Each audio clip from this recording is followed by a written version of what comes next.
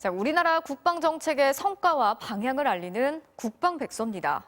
국방부가 올해 발간한 2020 국방백서에서 일본을 기존의 동반자가 아닌 이웃국가라고 낮춰서 표기했습니다. 지난달에는 스가 총리가 시정연설에서 한국에 대한 호칭을 격하했었죠. 강제징용 판결 이후 경색된 양국의 신경전이 날카로워지고 있습니다. 이남호 기자가 전해드리겠습니다. 오늘 국방부가 발간한 2020 국방백서입니다. 주변국과의 관계를 서술하는 장에서 올해도 일본을 중국 다음으로 썼습니다. 그리고 일본을 협력해 나가야 할 이웃 국가로 규정했습니다.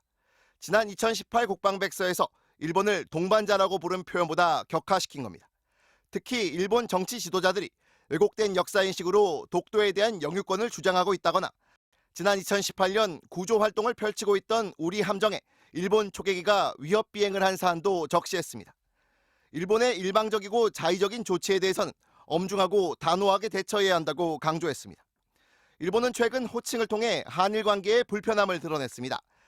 2020 방위백서에서 한국을 기술하며 폭넓은 협력이란 표현을 삭제했고 스가 총리도 작년엔 한국을 극히 중요한 이웃국가라고 표현했지만 지난달엔 중요한 이웃국가라고만 했습니다. 한국은 極めて重要な隣国です。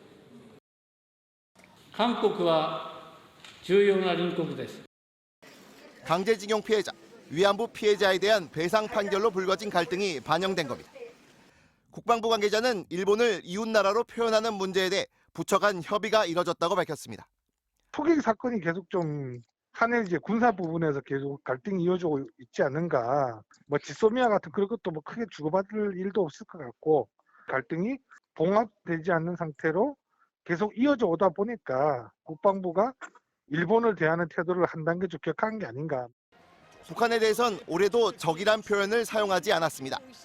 한반도 평화 프로세스 재추진을 위한 의지를 밝힌 걸로 풀이되는데 다만 북한이 탄도미사일을 운용하는 미사일 여단을 늘리고 탄도미사일 탑재가 가능한 잠수함을 추가로 만드는 상황에 대해선 우려를 나타냈습니다. MBC 뉴스 이남호입니다.